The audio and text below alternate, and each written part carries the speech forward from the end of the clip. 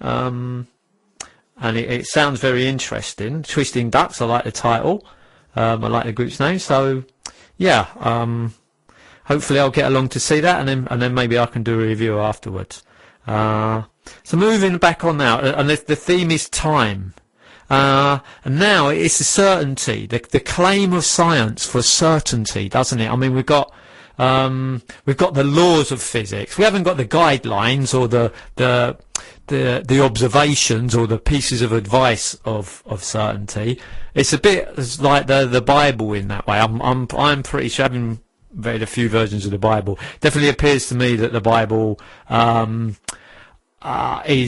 has that the translation is quite questionable. I'm not sure about commandments, because me personally, if someone commands me to do it, all they do is generate a rebellious spirit in me. So I can't believe God would be naive enough to, or whatever your conception of God is, that he's going to be naive enough to prompt you into angry reactions. The Bible just seems to me to make much more sense if we replace the word commandment with guidelines or advice. You know, because if it was commandments, he's all powerful, so he could just stop you, or he or she. I have issues with seeing God as a he. Just doesn't make sense, does it really? Because we've got masculine and feminine aspects everywhere in nature. It seems particularly unlikely that he would be, you know, he is not a helpful term for me personally. But I have read enough to know that there are circumstances, if you see the whole picture, that it's viable. But again, I would only use that terminology in certain circles.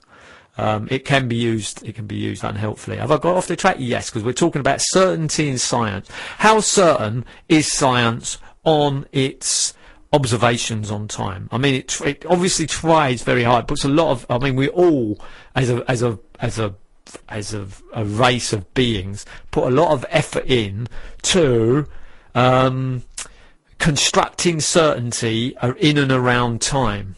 Is that a valid approach? I don't think it is. I don't really think it is. Because the certainty of time, all our views are based on the human mind. And what do we know about the human mind? If your mind is anything like mine, it's very particular. It has to look around and listen and scrub around to hunt things out that it's not particularly that aware of.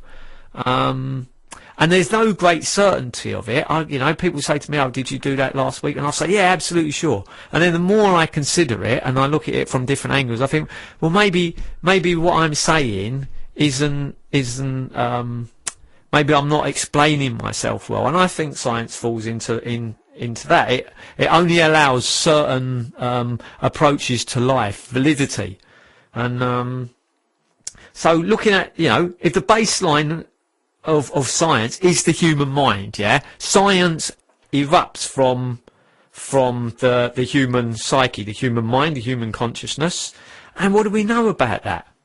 Well, what we do know is that we don't know very much, do we? And even someone, if you talk to a scientist and say to him, what did you do yesterday morning at 8 o'clock? If he's honest, if they're really honest, they'll probably say, "I'm not quite sure, I'm not certain." And that is symptomatic of the human mind. Is that degree of uncertainty that's built in to most scientific concepts. So we have the uncertainty principles, but we allow it in theory, but when it comes to practice, we say, "Oh no, we've got this time, and this is 4 o'clock, and that's 5 o'clock, and that's 6 o'clock." But when we draw back and we take a longer view, that it doesn't hold water, that kind of thing, because you're always having to adjust calendars and stuff, because there isn't one.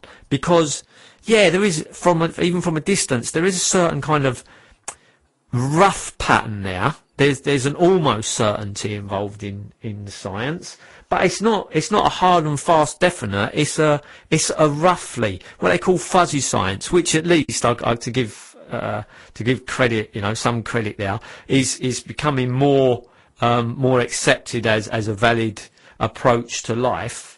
So there's the fallibility and an uncertainty principle in science that in practice, the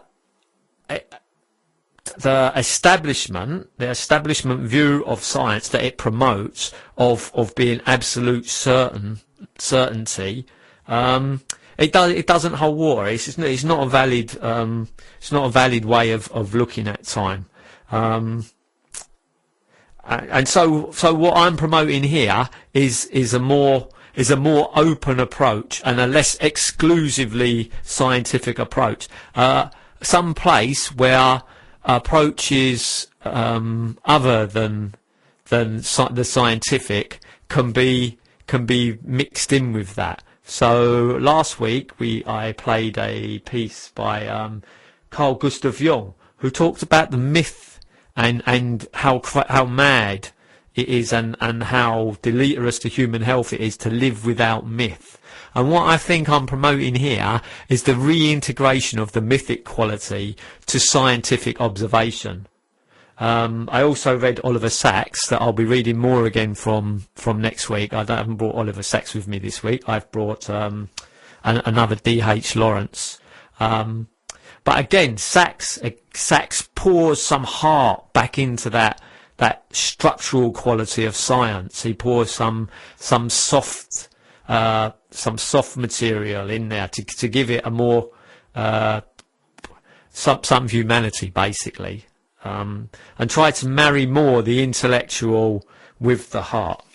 So, well, this is a kind of program that you're going to get from Sandy Davidson here on NE1 FM. I hope I haven't lost all my listeners getting too technical there. Don't want to be too modern or too overly intellectual. In fact, that's what I'm appealing for is layman terms to be introduced to scientific jargon. Really, it's all very well stripping something back to its objective qualities, but there's the subjective side as well, isn't there? That needs to be taken into account.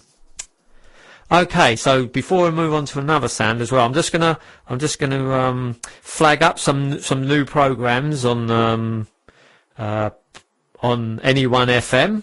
I do this regularly just to make you aware of some of the other programs that are on. I've got to admit, I still haven't got round to listening to many of them yet. They just happen to be at times that I'm actually busy doing other stuff. But I've heard really good reports about them, and they are new, and I'm new, so I know that I would like, do unto others as you would like to be done unto you. That's a good motto that has stood me in good stead over the last few years, so that's it. I wouldn't mind them people promoting me on their program, so I'm going to promote them. So on Tuesday, 4 till 5, there's the Polish program, which is Poles in the Northeast. Sam Harris, who has his own show on NE1 FM, has said that he's listened to them and that he found it a really interesting program, even though he couldn't understand what they were talking about. So I would really like to listen to that. At some stage, I'll get round to doing that. So that's the Poles in the Northeast, Tuesday 4 till 5. Wednesday is Music China, again the same time slot, 4 till 5. Music China. I mentioned last week, they get quite a bad press, the Chinese in the West. We're often looking to chip away at other cultures, particularly if their political ideology doesn't fit neatly into our perfect scheme of how the world should be. So Music China is at 4 till 5, and that I would really like to listen to that. Hopefully they do some interesting Chinese music.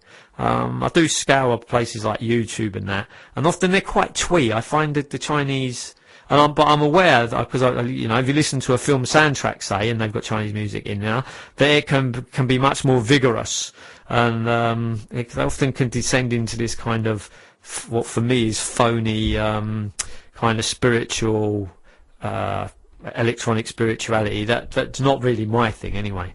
And Jim Bennett, who I listen to on Sundays, I was listening to Jim yesterday, seems to be having not so good of a time with it. I seem to have issues as well. Maybe it's bled over into his program as well, because he was struggling there a bit. But on Wednesdays 5 till 7, there's the NE1 Irish show that Jim, along with a couple of other people, is running, and so that's predominantly Irish folk music. But I think if you listen to Jim, I really like him. He's got that warmth. There's certain warmth that I associate with the Irish people. Obviously, not everyone. You know, this is real life. This is the real world. But in general, the Irish spirit is definitely warm and gentle. That's my feeling. You know, and that's been my experience in general. I have, of course, I've had some very challenging incidents with some quite challenging Irishmen who definitely don't fit the template that I've just promoted there of Irish people. But they're exceptions, you know. They're exceptions that just highlight how warm and generous the majority are. Anyway, so that's the Irish. And on Thursday, 4 till 5, is Radio Paik Iran. So that's Paik. I wasn't, again, I said before, I wasn't aware that there was a large Iranian contingent in Newcastle. I'm really interested in, I would really like to listen to that one. But it takes time. I do football on a Thursday, yeah. So I'll keep pushing away to. I'm not sure how much it would cost, but definitely an iPlayer system on NE1 FM wouldn't go amiss. So that's the rundown of the interesting of programs that I would advise you listen to. If you like soul as well, Sunday nights there's a lot of soul on. I catch little snippets of that when I can, and I'm not really one to listen to a soul evening to kind of go swimming in a sea of soul.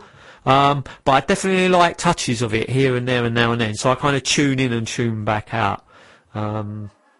Okay, so just mention again, this is Sandy Davidson on NE1 FM radio, and I've got some other poems. I'm not sure they particularly fit in with the time theme, but I'm going to read them anyway because they're by a friend of mine called Beatrice Pinto, and she's quite it's not noticeable at first. I think you can allow exteriors to and appearances to mislead you, which is, I've got to admit I used to do that until in my younger days. I used to very much judge books by their covers and instantaneous how someone was acting at that moment. I made a judgment on it solely on the moment and didn't take into account events that had gone on in their history. That's changed though. I kind of like to feel I've matured, and I've just going to read, I think the one I'm going to read, called River of Love, as an element of a time, because it's not, like I said, we're not literally involved in time, yeah? So it's called The River of Love. The river of love run calmly in beauty and grace. The river of love waves majestically, with harmony, with peace. The river of love weeps enchanted words of desire and pleasure. The river of love drunks young hearts and slaves with smile. The river of love sings lullaby and holds with care. Yeah, so Beatrice, she's Portuguese, and I've noticed there's something about the Hispanic approach to the English language that I find really satisfying, and it's not grammatically right, it's not correct and perfect, but the spirit that it conveys in the way they express the English language is more moving for me. They get some of the bits, but it's more expressive. Getting it kind of grammatically wrong enhances its expressive quality. So So yeah, so I'm less for rigid grammatical rules and more for a poetic approach to language. Which, if we look at the languages, you know, the English language, the exception of the writing of English language, you know, back to say Chaucer's time, there's no continuity. They kind of, one person hears a word said one way and another person hears it, and they allow for that personal difference. And the grammar doesn't tie up, doesn't affect our understanding. It actually enhances it, because it allows that there's a certain quality shared by the two different writings, but it also highlights that there's also a certain quality that those two people don't share, that they share say for love, for instance, they share a certain quality of understanding of what love means, but also the way they express the words, their pronunciation, enunciation, conveys something personal as well. So there's a general and the personal, the specific, are kind of intertwined and complement each other. So yeah, vive la différence, that's what I say. Just going to read now Beatrice's other poem, which is called The Neighbour's Dog. The neighbour's dog, that little piece of work, bad thing in animal body, ugly creature. The neighbour's dog has an evil clock, saved specially for bedtime. He's got a funny name from nowhere. Mephisto is the name. Very strange name. He's crude. He's cruel. He's crook. He's crack. Let him alone. Give him a bone. Kiss his nose. He's just a dog. Give him a big hug. He's just a dog. I know that dog. Funny, because it's funny how we both came across the same dog. I definitely have experience of that dog. I know who she's talking about. So I'm going to play something I played last week as well now. I'm going to play, I like these, I'm definitely a percussive person. I like percussion sounds. So, Mugen Spirit.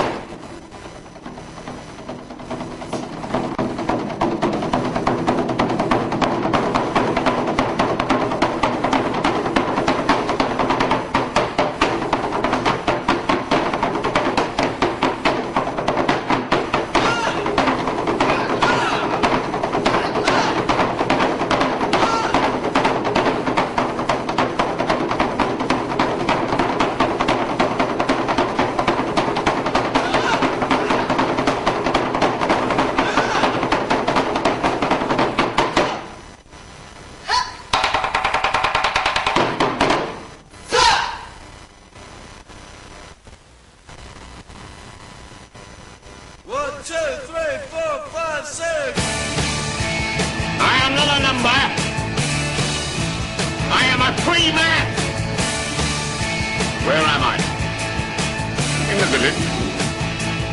Who are you? The new number 2. You are number 6. Who is number 1? That would be telling. What do you want? We want information. Information. Information. You won't get it. By hook or by crook. We will. I am not a number. I am a free man. Whose side are you on? That would be telling. Obey the rules, and we will take good care of you. To communicate and rest assured that our interests are very much my own and that anything I can do to maintain the security of the citizens will be my primary objective. You are number 6. Who is number 1? I am not a number. Who is number 1? I am a free man. Who is number 1? We want information. Information. Information. Who is number 1? Who is number 1? I am not a number. I am a free man. Right. Bye-bye. Be seeing you.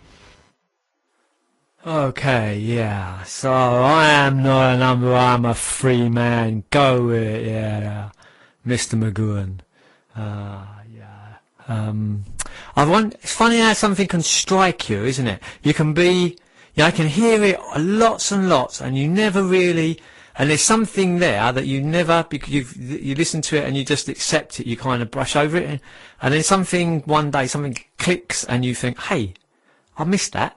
And I did with information. So information, I just always thought, we want information, we want you to, we want to know what you know. But what I missed was the punniness of it. That we want you to be in formation. We want you organised. So it's a real Shakespearean kind of play on words there that I'd originally missed.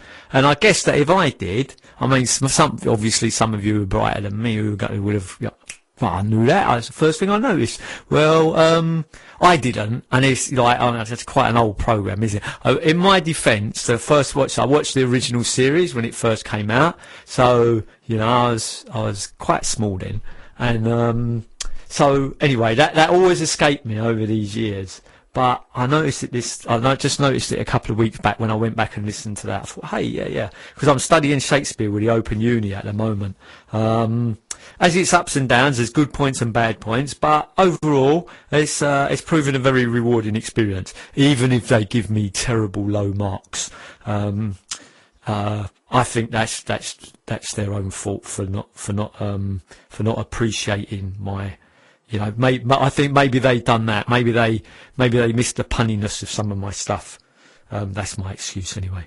Right, so now I'm going to move on. This is Sandy Davidson, NE1 FM. I hope you're listening and enjoying the show, and that is not too highbrow for some, and not too kind of soft and girly for others. So I'm going to read from. I've lost the cover of my book. It's from D.H. Lawrence Selected Essays, and it's called Climbing Down from Pisgah. So you're going to have to kind of go with me on this, because it's quite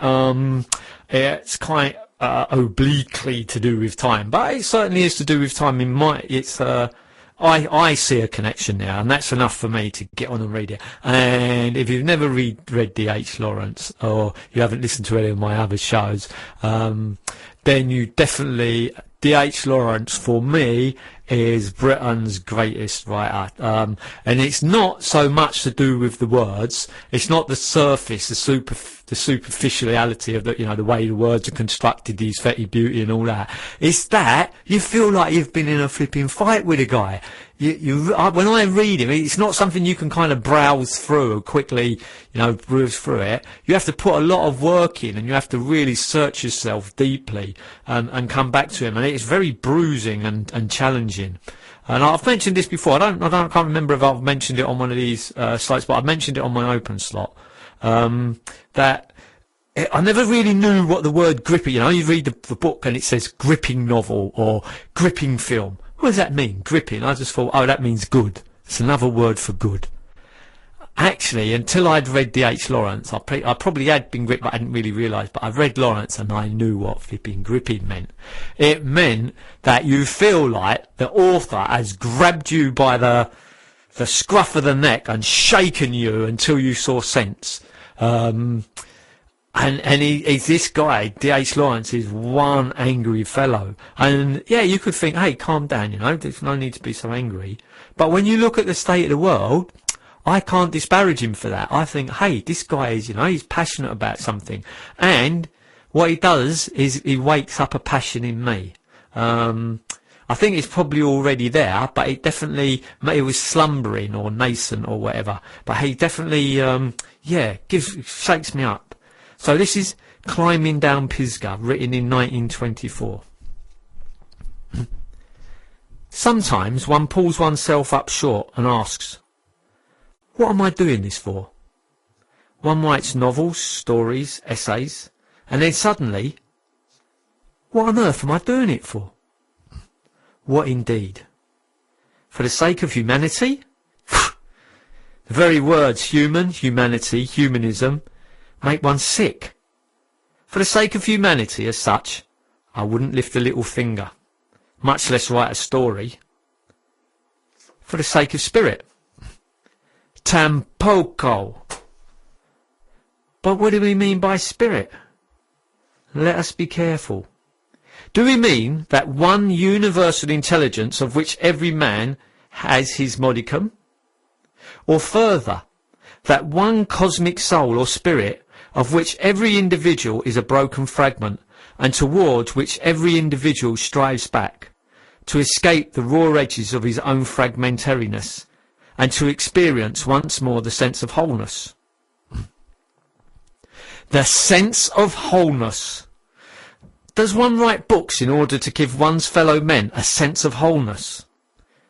First, a oneness with all men, then a oneness with all things, then a oneness with our cosmos, and finally a oneness with the vast invisible universe?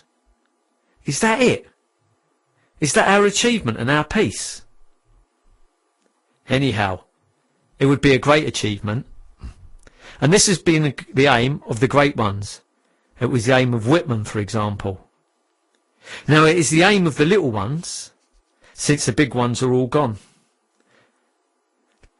Thomas Hardy, a last big one, rings the knell of our oneness. Virtually, he says, once you achieve the great identification with the one, whether it be the one spirit, or the oversoul, or God, or whatever name you like to give it, you find that this God, this one, this cosmic spirit, isn't human at all, hasn't any human feelings, doesn't concern itself for a second with the individual, and is, all told, a gigantic cold monster. It is a machine. The moment you attain that sense of oneness and wholeness, you become cold, dehumanized, mechanical, and monstrous. The greatest of all illusions is the infinite of the spirit. Whitman really rang the same bell. I don't expect anyone to agree with me. The sense of wholeness is a most terrible letdown. The big ones have already decided it, but the little ones, sneakingly too selfish to care, go on sentimentally tinkling away at it. This we may be sure of. All talk of brotherhood, universal love, sacrifice and so on is a sentimental pose for us. We reached the top of Pisgah and looking down saw the graveyard of humanity. Those meagre spirits who could never get to the top and are careful never to try because it costs too much sweat and a bleeding at the nose.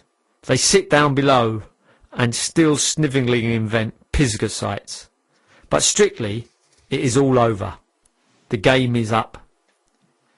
The little ones, of course, are writing at so many cents a word, or a line, according to their success. They may say I do the same. Yes, I demand my sense, a Shylock. Nevertheless, if I wrote for sense, I should write differently, and with far more success. Sense, I better interject there. Sense is in like cents is cents, dollars, pounds. What then does one write for? There must be some imperative. Probably it is the sense of adventure to start with. Life is no fun for a man without an adventure. The Pisgah top of spiritual oneness looks down upon a hopeless squalor of industrialism, the huge cemetery of human hopes. This is our promised land. There's a good time coming, boys, a good time coming. Well, we've rung the bell, and here it is. Shall we climb hurriedly down from Pisgah and keep the secret? Mum's the word. This is what our pioneers are doing boldly. We used, as boys, to sing parodies of most of the Sunday school hymns. It's a hymn, I don't know the tune. They climbed the steep ascent of heaven, through peril, toil and pain.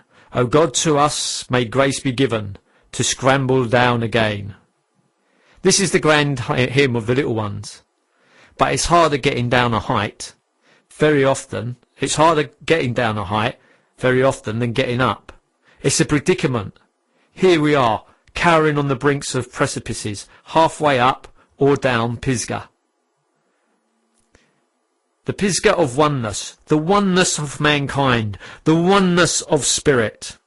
Hi, boys, over we go.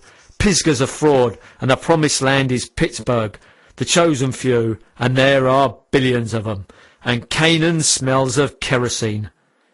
Let's break our necks if we must, but let's get down and look over the brink of some other horizon, like the girl who took the wrong turning, thought it was the right one.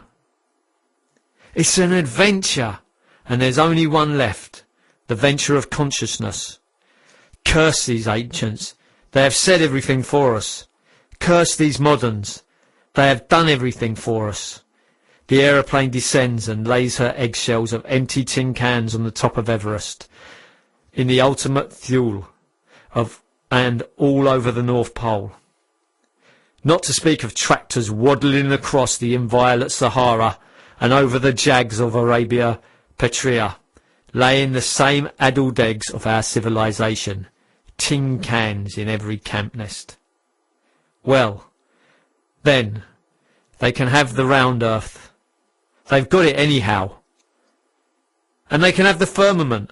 They've got that too. The moon is a cold egg in the astronomical nest. Hey-ho, for the world is well lost. That's the known world, the world of the one intelligence. That is the human world. I'm getting out of it. Homo sum. Omnis a me humanum alienum puto. Of the thing we call human, I've had enough. And enough is as good as a feast. Inside of me there's a little demon. Maybe he's a big demon. That says, basta, basta, to all my oneness. Farewell, a long farewell to all my greatness. In short, come off the perch, Polly, and look what a mountain of droppings you are crouched upon. Are you human? Do you want me to sympathise with you for that? Let me hand you a roll of toilet paper. After looking down from the Pisgah top to the oneness of all mankind safely settled these several years in Canaan, I admit myself dehumanized. Fair waved the golden corn in Canaan's pleasant land. The factory smoke waves much higher, and in the sweet smoke of industry I don't care a button whom loves whom, nor what babies are born. The sight of it all, en masse, was a little too much for my human spirit. It dehumanized me. Here I am, without a human sympathy left. Looking down on human oneness was much too much for my human stomach, so I vomited it away. Remains a daemon which says, "So, you've conquered the earth, have you, O man? Now swallow the pill. For if the proof of the pudding is in the eating, the proof of the conquest is in digesting it. Humanity is an ostrich, but even the ostrich thinks twice before it bolts a rolled hedgehog. The earth is conquered as the hedgehog is conquered when he rolls himself into a ball and the dog spins him with his paw." But that is not the point, at least not for anyone except the great dog of humanity. The point for us is, what then? "Whither, O splendid ship, thy white sails bending? To have her white sails dismantled and a gasoline engine fitted into her gut, that is whither, O poet." When you've got to the bottom of Pisgah once more, where are you? Sitting on a sore posterior, murmuring, "Oneness is all bunk. There is no oneness, till you invented it and killed your goose to get it out of her belly. It takes millions of little people to lay the egg of the universal spirit, and then it's an addled omelette, and stinks in our nostrils. And all the millions of little people have overreached themselves trying to lay the mundane egg of oneness. They're all damaged inside, and they can't face the addled omelette they're laid. What a mess. What then? Hey-ho! Whither, O patched canoe, your kinked keel thrusting? We've been over the rapids, and the creature that crawls out of the whirlpool feels that most things human are foreign to him. Homo sum means a vastly different thing to him from what it meant to his father. Homo sum, a demon who knows nothing of oneness or of perfection.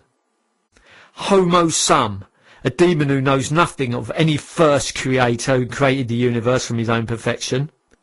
Homo sum, a man who knows that all creation lives like some great demon inhabiting space and pulsing with a dual desire. A desire to give himself forth into creation and a desire to take himself back in death.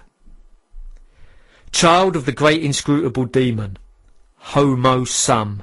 Adventurer from the first adventurer. Homo sum. Son of the blazing-hearted father who wishes beauty and harmony and perfection. Homo sum. Child of the raging-hearted demon father who fights that nothing shall surpass this crude and demonish rage. Homo sum. Whirling in the midst of chaos, the demon of the beginning who is forever willing and unwilling to surpass the status quo. Like a bird he spreads wings to surpass himself. Then like a serpent he coils to strike at that which would surpass him. And the bird of the first desire must either soar quickly or strike back with his talons at the snake, if there is to be any surpassing of the thing that was, the status quo. It is the joy forever, the agony forever, and above all, the fight forever.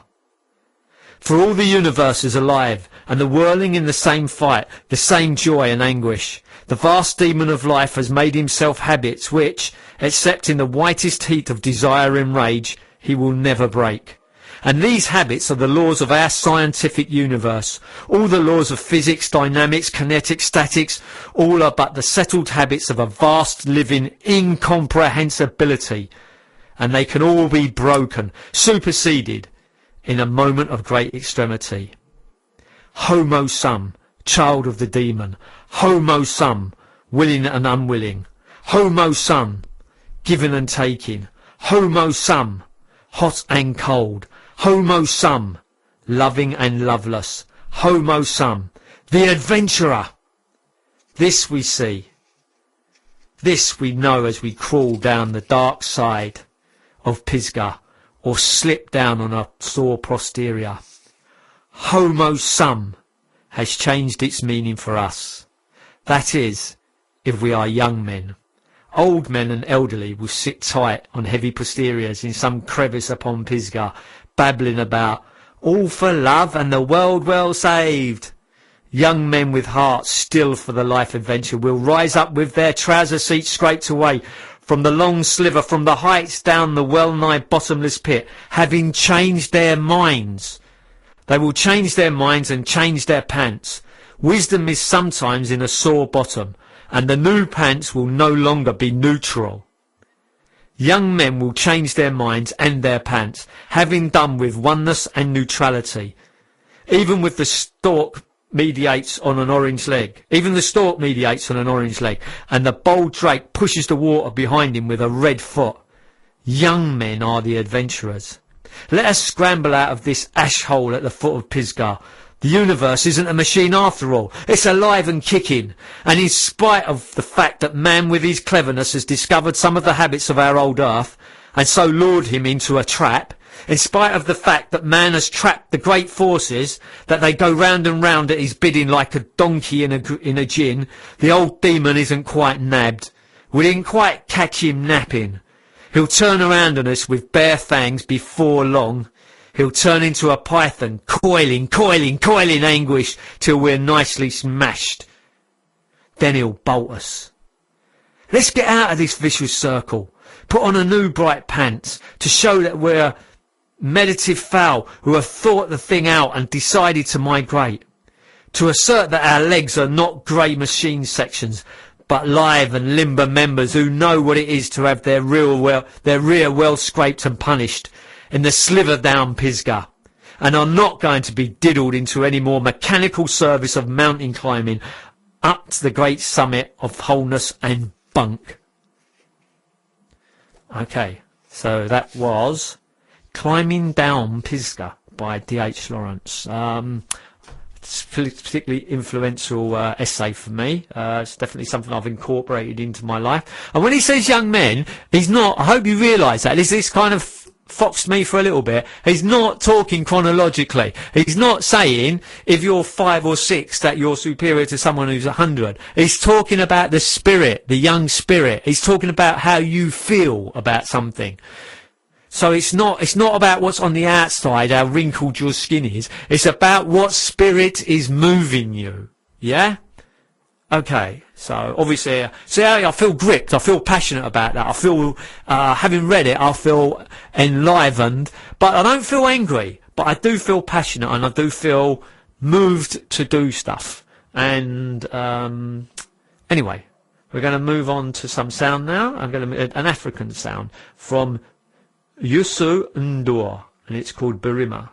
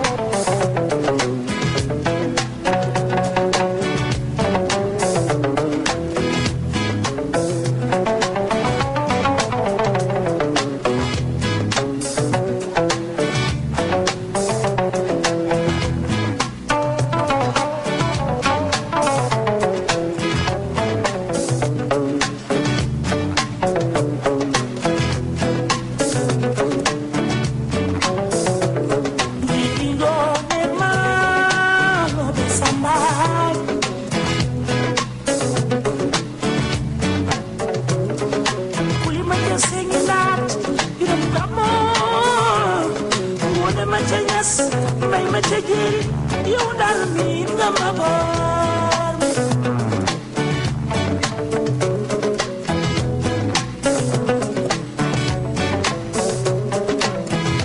ma dem naa seet ku ma doon ana kamel nay sa tendi joor urmar moom mi ànd ak ameri moo ne sabel mi dëgg kameli coow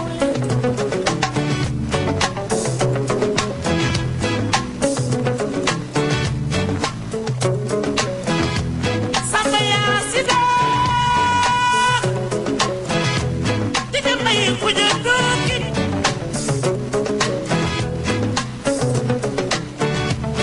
yaay borom kaboor ni wuy biimaan yow sama waaj kenn du la jam naane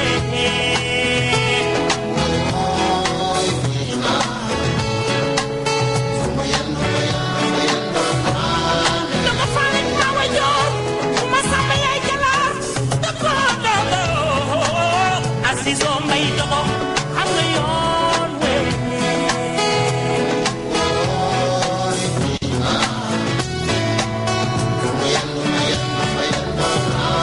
ma dama seetal ma dow may jere ko jànguween uru maa teg ko may dogo sama waaje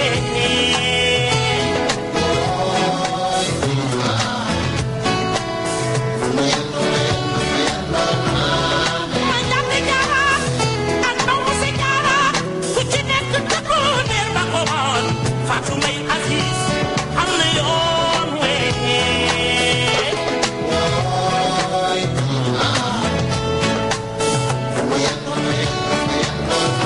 may saatana joro joro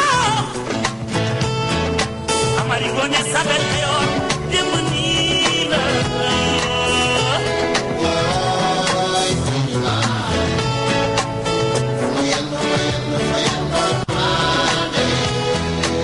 waaw ni wooy birima sama waaji kenn du la jam naane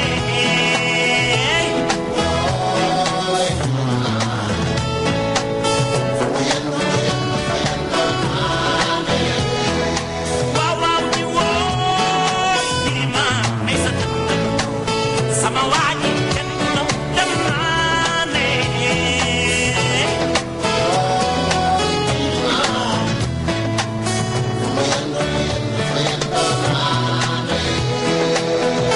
ni wooy birima fu mu yendu ma yendu fa yendoo naane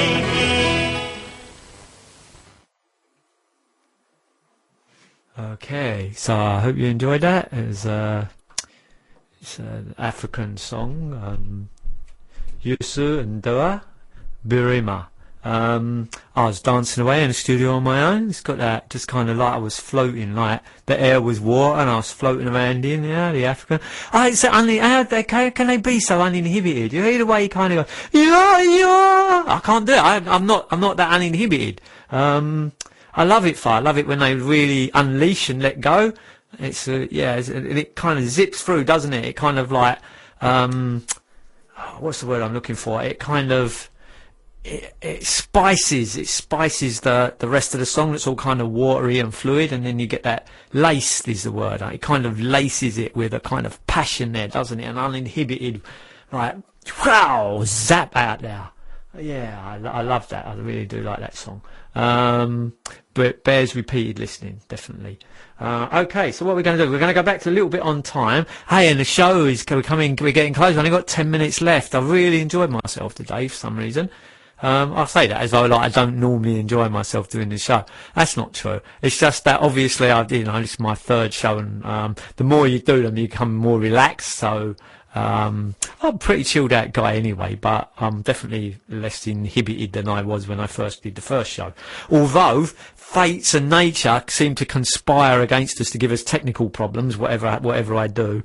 Woody Allen, I like Woody Allen. He got me into kind of arty films. I used to watch Woody Allen comedy films, and I followed him through. He kind of got me. I liked his comedy films, and then he went into these more intellectual waters and areas, and I thought, that's not my kind of thing. I'm not like that. I'm a kind of, because I was quite a cool dude, hard guy then, and I thought, oh yeah, that's not my kind of bag. But because I liked his other stuff, I thought, hey, there must be something to it, you know. So I followed him through, and he started doing Bergman type films, didn't he? Do you remember that? Woody Allen did all these kind of deep Bergman films, and he did Midsummer Night's Sex Comedy as well, like Shakespeare and that, and dragged me into waters that I didn't really see myself going into.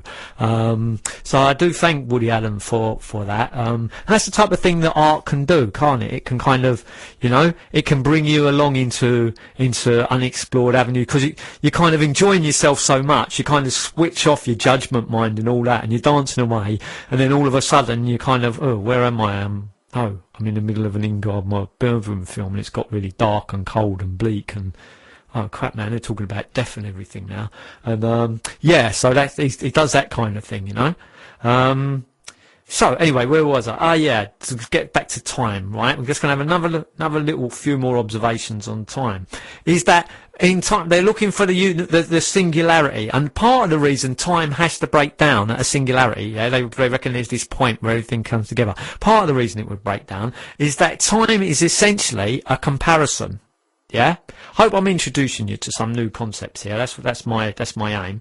So the reason that you get time is that you compare one thing with another, the rate at which one thing's happening with another. Yeah, so there's that idea of comparison.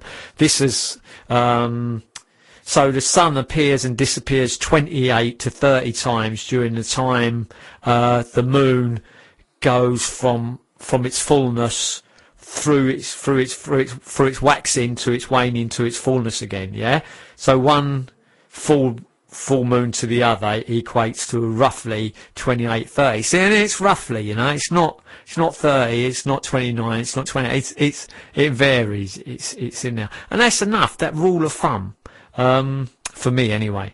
But it's the comparison, isn't it? It's the sun against the moon, how they different, and that gives you months, moons. Yeah. Months is moon cycle, for mon and all that.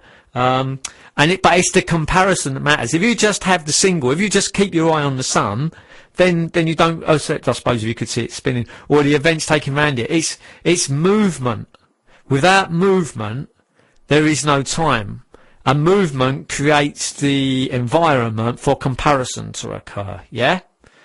So it's that movement that creates that, this deep spiritual thinkers would say, the impression of time, that there is actually a stillness, which I have experienced as it happens. I'm an experienced enough meditator to have experienced that moment of stillness where time doesn't exist. It's a really kind of, it's freaky. It really scared. I had a mental breakdown and everything because I didn't know what was happening. So that was really freaky and scary, because I wasn't it happened much earlier, I think, in kind of meditational development than normally happens, I suppose. But anyway, that's another observation, isn't it, on time? I don't know whether now to give you a further observation, or I'm going to tell you what, that's enough for today. I'll read other stuff later. We'll probably do another one on time. I'll just quickly read some of the things that, some of the themes I'll be dealing with in future. So I've done time space today. There'll be war, capitalism. I definitely tie those two in. I definitely feel they're connected, that they loop into each other and feed each other. You don't get one without the other. Sex. Oh, we won't talk too much about that because, you know, it's a bit. No, of course we will. We'll approach it head on, full on, and take a good, honest look at it. The banking system and the economy. We'll take a look at that. Health and the NHS was last week. Environment, we'll have a look at the environment.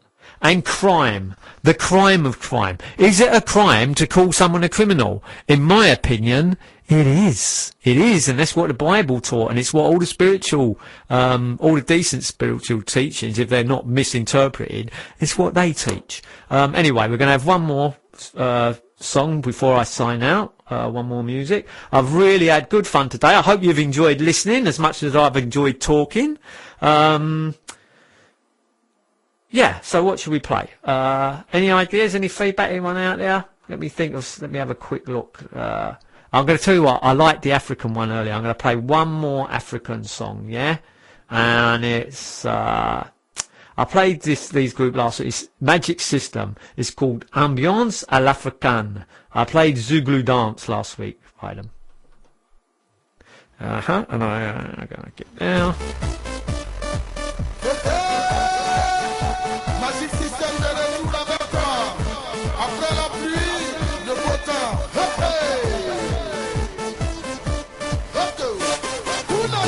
Augmenter niveau ambiance à l'africaine. Et si pour toi c'est bon, alors nous c'est pareil. Augmenter niveau ambiance à l'africaine. Et si tu connais pas, nous c'est Magic System. Magic System, la magie qui met dans l'ambiance. Faut pas t'inquiéter, y'a pas de drap. On est avec toi, on veut sauter. On veut danser. Et gâter le coin. On danse le coin. On veut chanter. On veut crier. Augmenter niveau ambiance à l'africaine. Et si pour toi c'est bon, alors nous c'est pareil. Augmenter niveau ambiance à l'africaine. Et si tu connais pas, nous c'est Magic System. Augmenter niveau ambiance à l'africaine. Et si pour toi c'est bon, alors nous c'est pareil. Augmenter niveau ambiance à l'africaine. Et si tu connais pas, nous c'est Magic System. Si tu savais, on s'en fout de la tendance. Ce que nous on veut, c'est plutôt te mettre dans la danse. On veut sauter. On veut danser. Et gâter le coin. Ambiancer le coin. On veut chanter. On veut crier. Augmenter niveau ambiance à l'africaine. Et si pour toi c'est bon, alors nous c'est pareil. Augmenter niveau ambiance à l'africaine. Et si tu connais pas, nous c'est Magic System. DJ Core, chez nous à Vigée-la-Guerre, quand on met tes types pour danser, on dit ciablé. C'est pourquoi je vais demander à tout le monde de ciabler. On y va ensemble, tout le monde. Ama ciablé, voilà. Ama ciablé, c'est ça. Encore. Ama ciablé, faut danser. Ama ciablé, voilà. Augmenter niveau ambiance à l'africaine. Et si pour toi c'est bon, alors nous c'est pareil. Augmenter niveau ambiance à l'africaine. Et si tu connais pas, nous c'est Magic System. Ama ciablé.